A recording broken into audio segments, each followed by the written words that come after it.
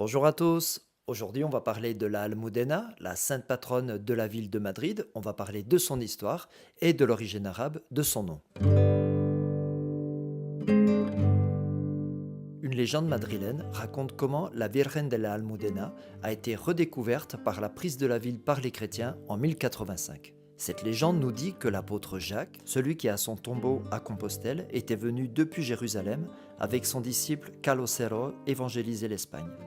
Ils avaient voyagé en compagnie d'une statue de la Vierge Marie qu'ils avaient finalement placée dans une église nommée Santa Maria à Madrid en l'an 38. Des années plus tard, en 712, lors de l'attaque par les Arabes de la ville, les chrétiens décident de cacher la statue sainte dans une niche de la muraille pour éviter sa détérioration ou sa profanation. Et elle va y rester cachée pendant plus de 370 ans jusqu'à ce que Alfonso VI prenne la ville de Madrid, la Madrid médiévale. Et plusieurs récits nous racontent la redécouverte de cette statue. Selon la version commune, les chrétiens de Madrid vont organiser des prières et une procession pour que Dieu leur rende leur image cachée dans un lieu dont les gens avaient oublié l'emplacement. Le 9 novembre 1083 ou 1085 selon les sources, la procession a parcouru les rues de Madrid depuis l'église de Santa Maria la Mayor jusqu'à la Puerta de Vega. Soudain, la muraille s'effondre et au milieu d'un grand bruit et d'un énorme nuage de poussière apparaît la statue dissimulée des années auparavant. Apparaissent en même temps deux cierges retrouvés allumés qui encadraient la statue et qui lui auraient donné sa couleur noirâtre.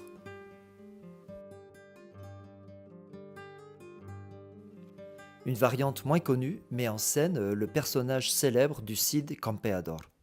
Rodrigo Díaz de Vivar, dit le Cid, vit un jour la Vierge Marie lui apparaître en rêve et lui demander d'aller reconquérir la forteresse de Madrid.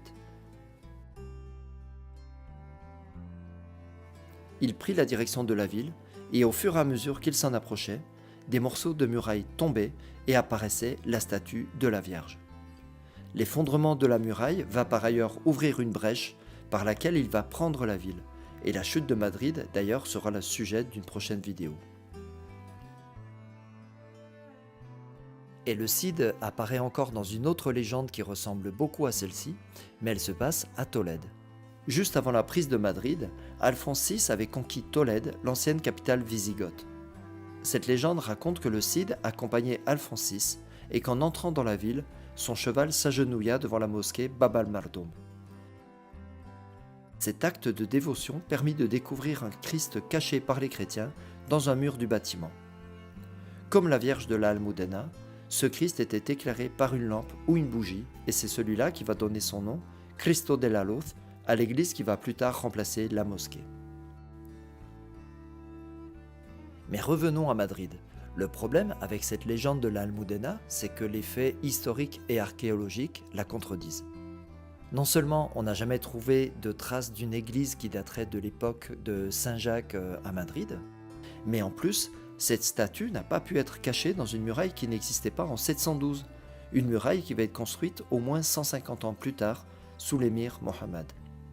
Mais comme le dit l'historien Francisco José Marín Perellón, ne soyons pas pointilleux, les archéologues n'auront pas raison pour toujours. D'ailleurs, si les spécialistes s'accordent pour dire que la statue actuelle est une création du XVe siècle, ils sont aussi d'accord pour dire qu'elle est creuse et qu'en son sein se trouve peut-être la statue originale. Parce que c'était une pratique courante que de placer des images anciennes dans de nouvelles. Et les miracles liés à la Vierge de la Almudena ne se limitent pas à sa redécouverte, plusieurs autres miracles sont liés à son intercession. Elle aide par exemple au XVIIe siècle un homme tombé de la muraille et qui s'en sort indemne. Elle nourrit la population de Madrid lors des sièges de la ville, et elle a aussi longtemps empêché les peintres et les sculpteurs de reproduire son visage. Elle a aussi aidé les Madrilènes lors d'inondations terribles qui résonnent encore avec l'actualité espagnole.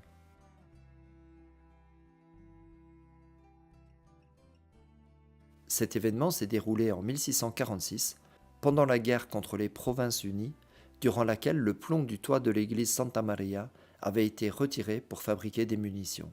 Et la Vierge a protégé le bâtiment qui est resté à sec pendant toute la tempête.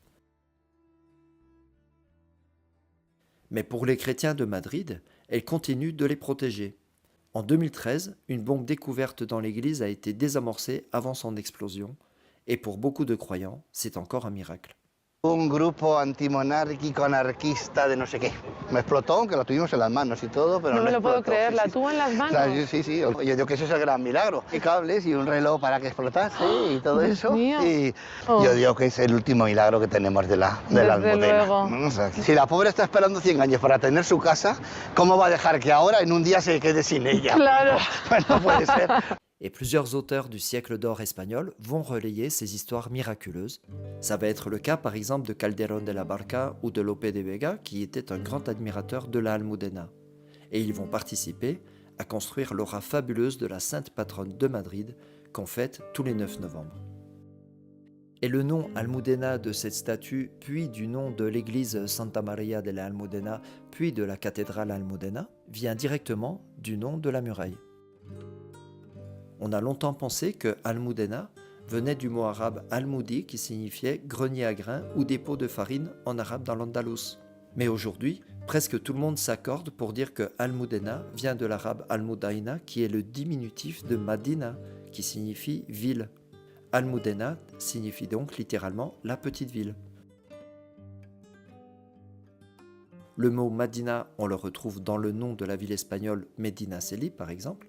On le retrouve aussi en Afrique du Nord, dans le mot Médina, pour désigner la partie ancienne de la ville, mais aussi dans le toponyme Médine, la ville d'Arabie Saoudite qui a accueilli le prophète de l'islam après son départ de la Mecque. Mais malgré toute la charge historique, spirituelle et symbolique de ce mot arabe, il est lui aussi emprunté. Il vient de l'araméen Medinta, un mot qui lui aussi signifie la ville ou la cité. Le mot est composé de 3 parties, un préfixe en mé et un suffixe en ta, qui encadre le mot din qui lui signifie la loi. La ville, c'est donc le lieu qui est géré par la loi, par le jugement, et en arabe, le mot din signifie aussi loi, mais surtout religion. C'est ce mot din qu'on va retrouver dans des prénoms comme Zinedine ou Aladdin.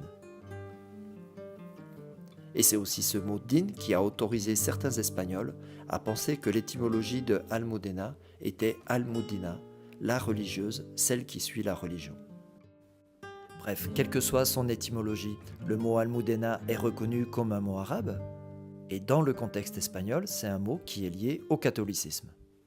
Aujourd'hui, on peut voir la statue dans la cathédrale, mais aussi dans une reproduction au pied de la cathédrale, à côté de la crypte, juste au-dessus des restes de la muraille arabe, et là, on voit bien le rôle qu'a joué cette statue.